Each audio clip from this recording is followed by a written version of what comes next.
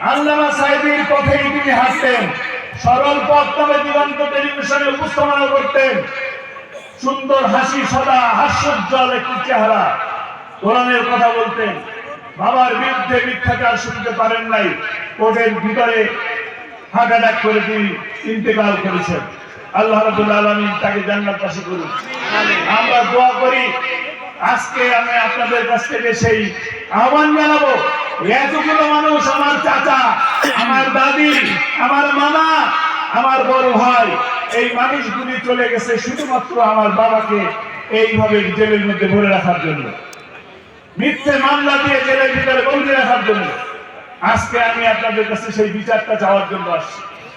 আপনারা কি আল্লামা সাঈদী নির্দোষ মনে করেন? আপনারা কি মনে করেন আল্লামা সাঈদী নিরপরাধ?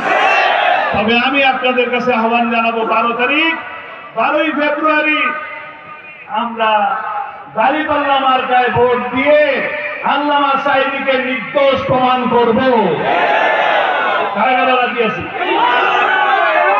এই মাঠভর্তি মা বোনেরা যারা আছেন, ভাইরা যারা আছেন, এই দুটি হাত দিয়ে কি বিজয় আনা সম্ভব হবে?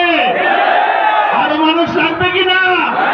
4 লক্ষ ভোটার সর্বোচ্চ পর্যায়ে ভোট দেওয়ার জন্য আমাদেরকে আর বিশ্রাম নেওয়ার কোন সুযোগ নাই।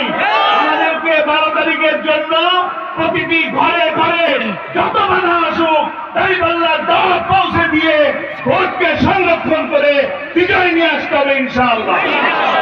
আমাদের বিরুদ্ধে যত কিছুই বলুক না কেন, আমি শেষ কথা বলতে চাই, উহারা প্রচার করুক হিংসা, বিদ্বেষ আর নিন্দাবাদ, আমরা বলিব সাম্য, শান্তি, এক আল্লাহ জিন্দাবাদ, বাংলাদেশ জিন্দাবাদ, দাঁড়িপাল্লা জিন্দাবাদ।